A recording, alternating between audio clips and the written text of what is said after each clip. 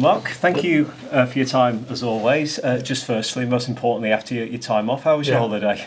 It was lovely, thank you. Yeah, got 5 days down Cornwall with the family, so good to recharge, but at the same time itching to get back into it. Yeah, but how nice is it to be able to have that bit of a breakaway completely from it all? Well, I'll tell you on Sunday, but it's been.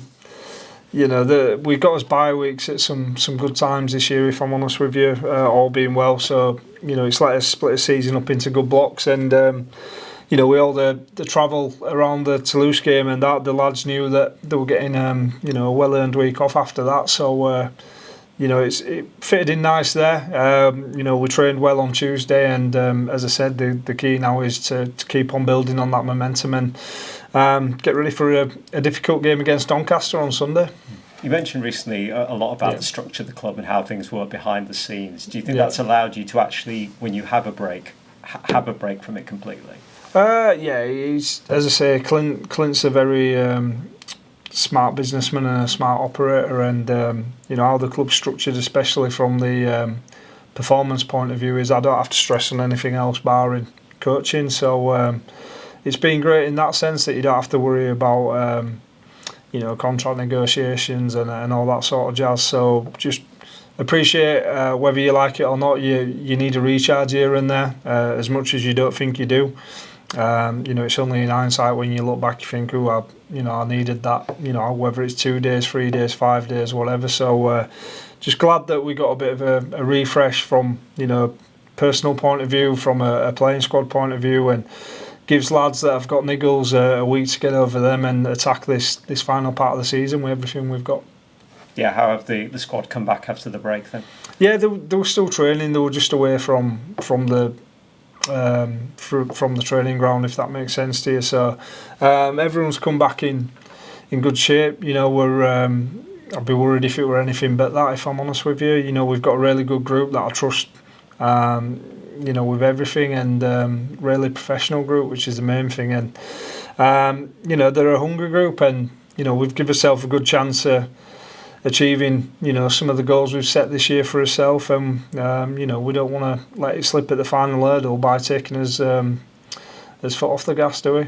Yeah, with a couple of games of the regular league season left, you've mentioned you've come back chomping at the bit, ready to go. Have you got that sense from the players as well? Yeah, 100%. We by no means think just because we've beaten Toulouse over there that's job done, because we'll end up getting burnt pretty badly. Doncaster's, every single team that they've played that's been in the top 6 this year, they've given a great challenge to it, and they've been very close games. Obviously, they've got a few scalps themselves, and rightly so, they're fighting for that playoff spot. And we caught them on an off day last time we played them, and it's probably one of the best performances we've put in this season. And they've got everything to play for in terms of their own playoff ambition. We've got everything to play for in terms of his own ambition in finishing top. And it's going to be a very difficult game. They've got some quality players. They're a big physical outfit that's got some great skill about them, and Dawney's a great coach, and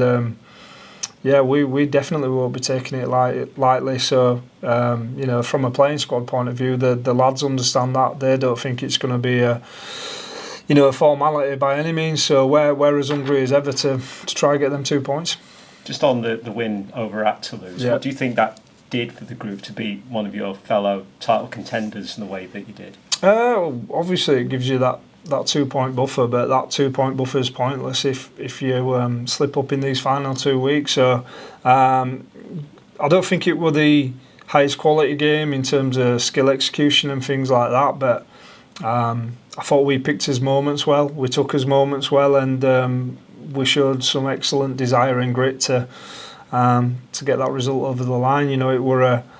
It's a difficult trip. The field probably wasn't the best, which is the same for both teams. Hence the errors. I think we were at 56% completion, and I think Toulouse went much better at 67%. So just looking at that, you can tell it wasn't the highest quality game in terms of flowing rugby league, but I think it were a great quality game for us in terms of showing our character and what we want to be about. Yeah, particularly at this late stage of the season, a trip to Toulouse is arguably not something you look forward to because it's always tough there, isn't it? But particularly at the end of the campaign as well. I've always said you've got to play everyone, haven't you, home and away, and we'll back ourselves to go, any place, any time. We want to be that team that competes, and if you want to win championships, you've got to be able to just deal with circumstance and adapt. So, it is what it is, and I'm just proud of how we handled ourselves. And as I say, it's full steam ahead into Doncaster now. Brendan Santi had to come off with a head injury in that game. How's he doing? No, he's all right. Everyone's got off. That's what I mean. The bye week probably came at a great time. That he let everyone refresh, physically and mentally. And Sans is a tough cookie. Puts his head where it hurts most weeks, doesn't he? So he'll be fine. He's fully in contention for Sunday. Yeah. Any other doubts at all though for this weekend or not? Touch wood, not unless we get any in training. Everyone got through it okay. Kieran Hudson's not far off. Getting back into training. He obviously failed that head assessment against Oldham, and he's getting back into the groove now. So he should only be a week or two away. I'm just trying to think if there's anyone else. No, that's about it. Everyone else should be as it were. So you're coming into the final couple of games of the regular league season, top of the table at the minute. Yeah. Does it start to get a bit more exciting now you're reaching the end there? I think it's been exciting all year, hasn't it? Stock answer for you that I give you every week, but it's week by week. You don't look too far ahead. You just literally rock on to whatever week's coming. Last week, obviously we didn't have a game, so it were a good chance just to refresh. But this week we've got Doncaster, and we'll be looking no further than that. As I say, they'll be licking the wounds from last time we played them. They'll want to right that wrong. They're a proud bunch, and as I say, well coached. So we know that we're going to be at as best to get a win ourselves. So I think it'd be pretty disrespectful to look any further than making sure that we're at as best to deal with Doncaster. Watching Doncaster in the past, they feel like quite a well-drilled, organised team. Yeah. They do the basics very well. Is that how you view them as a coach? Yeah, they do the basics well, and when they get an offload and that, they're a difficult team to contain. They've got some great outside backs that get them on the front foot, and then the big pack take over from there. As I say, rightly so, they're fighting to be in them playoffs at the end of the year, and on the day they'll beat anyone in the league. You can't afford to be slightly off. So a lot of Super League experience in there, a lot of solid Championship experience in there. Coached really well by Oni, and we'll have to be at his best to achieve what we want to achieve. A few former Knights players in that squad as well, but I think Connor Robinson's the one that's probably a standout for them. Is he a key man to watch for you? I think they've got a number of key men, but definitely I think all the pivots offer a lot of danger. But you could go through their team. You look at Gebby on the wing, who obviously is catching headlines at the moment. You've got Riesling over in that right centre. I know exactly what he's about. Josh Bowden, they had the luxury of naming him at 18th man last week, but with Jordan Bolwinson dropping out, he came in, who's a great player. Paulie. You can go through their team and say there's a number of great players there, but we'll back ourselves. So have we've got some quality in our ranks, and as I say, should be a good contest, all to play for. Stakes get higher at the end of the year. There's no hiding away from that. Doncaster need to win to keep their playoff hopes alive, and we need to win to stay top at table. Going into these final two games. So all the makings for another classic game, hasn't it? Is it one where you demand a fast start from the players? How do you look to approach a game like this? As we do every week, focus on ourselves, look at where we feel we're strong and where we can get some joy on them, and it'd be nice to say let's go out and get a fast start every week. It never happens like that, does it? So just focus on what we do, where we're strong, where we need to improve. Where Doncaster is strong, where we feel we can get some blows on them, and hopefully put it into practice on Sunday afternoon. Just finally for me as well, new signing confirmed, Jordan Lipp, obviously for 2026. How pleased are you to get that one done? Yeah, really pleased. When Clint first approached with Jordan, I'd heard a lot of good stuff about him. I spoke to a number of people over in Australia. Rowan Smith coached him obviously over there, and he can't speak highly enough of him. And as I say, he's a player that I think will take English rugby by storm. He's got some great attributes, and looking forward to working with him. You say you might take English rugby by storm. What are the main qualities that you see in him that make you think he stands out? Well, it's just what you'd expect from an outside back, really. He's got some good footwork, elusive, and I think he's exactly what we need. Great stuff. Thank you very much. Hi, Mark. After such a monumental effort against Toulouse last time you played, did the break almost come at something of like a perfect time?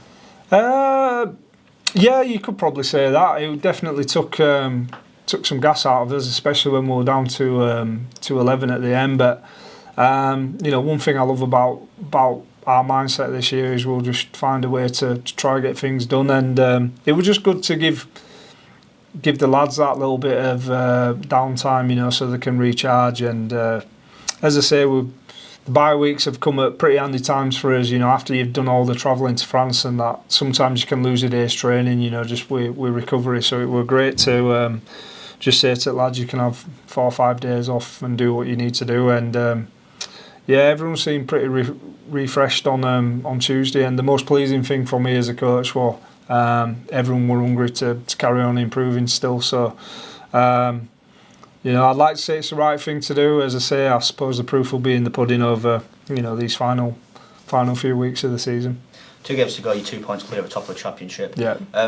We spoke previously about how you sort of deal with that pressure, but how do you think your players dealing with that? Pressure's a privilege, isn't it? It's what you put on yourself, and we put pressure on ourselves every week to perform. I don't know. I'm not a massive believer in pressure, if I'm honest with you. It is what it is, isn't it? As long as you're doing everything in your capacity to make sure that you're on the right end of a result, what more can you do in that sense? So I think you only start to feel pressure if you're trying to wing it a little bit and then taking shortcuts. And one thing, I know I definitely won't be doing is taking shortcuts from a preparation point of view, and our coaching team won't be, and I know the players won't be taking shortcuts in terms of their own prep. So as long as you're doing that, you can go into a game confident that you've done everything in your control, haven't you? There's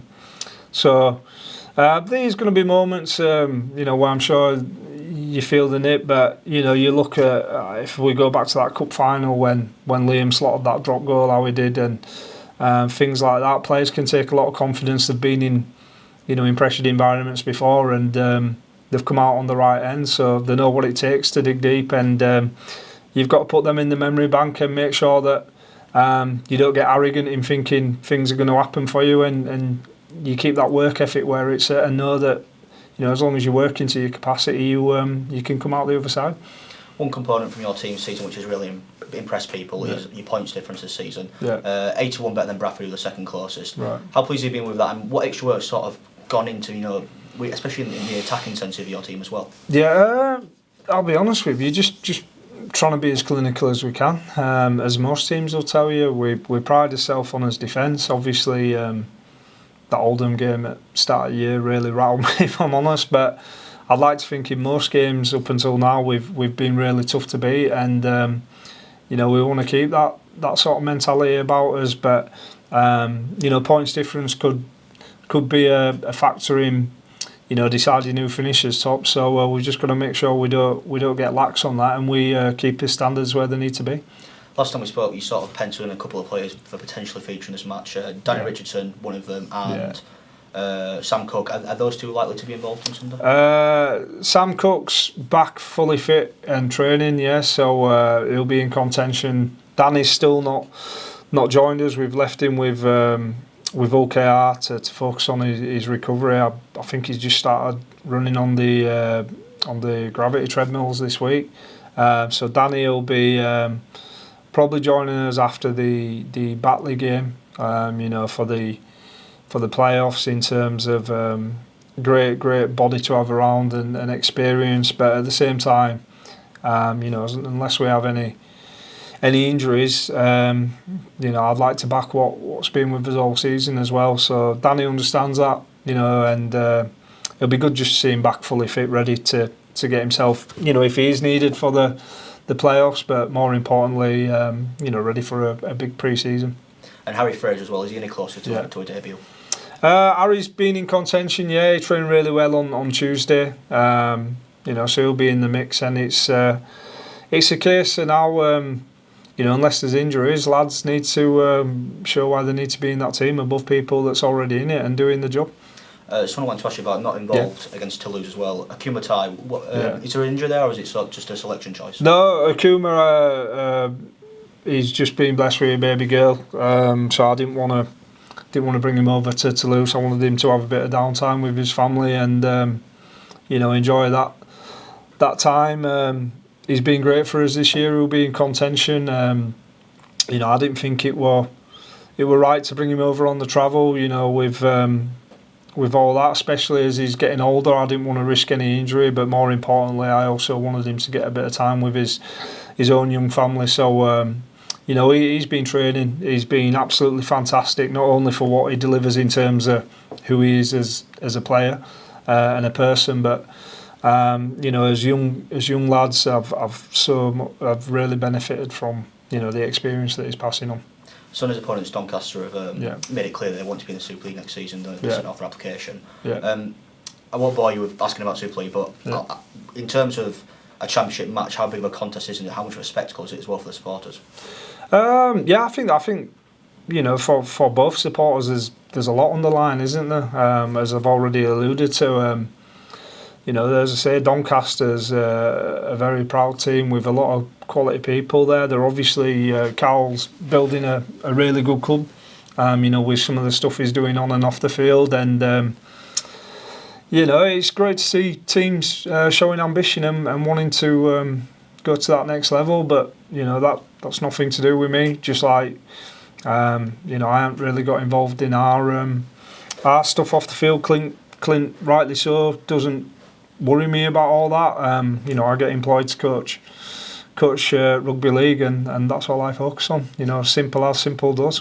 The last thing I want to ask you about, I appreciate quite a lot of players will be on contracts till the end of next season, and I think Clint might take care of it, so you might be sort of staying out of it. But in terms of contracts, if any talks have sort of taken place to tie down some of your players? Yeah, listen, there's talks. It would be foolish not to be chatting to some of the quality player that we've got here.